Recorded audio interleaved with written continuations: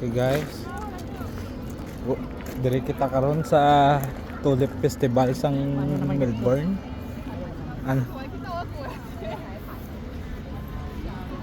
Anong ginalalis nila diri man? Ari guys, Sila-sila lang. layo naman ang ginagadyangan ko. Dili naman ko Tuod ba? nagadyang sa Anong ni? Melbourne sa Tulip Festival. Yot.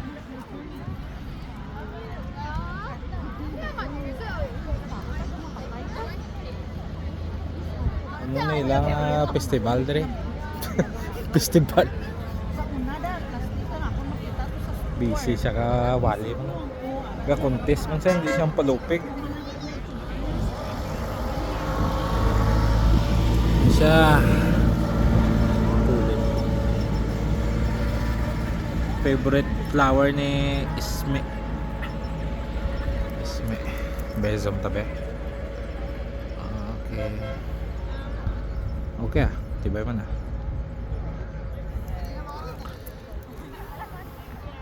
So, pertigid galit ni siya ka lapat ng area ni.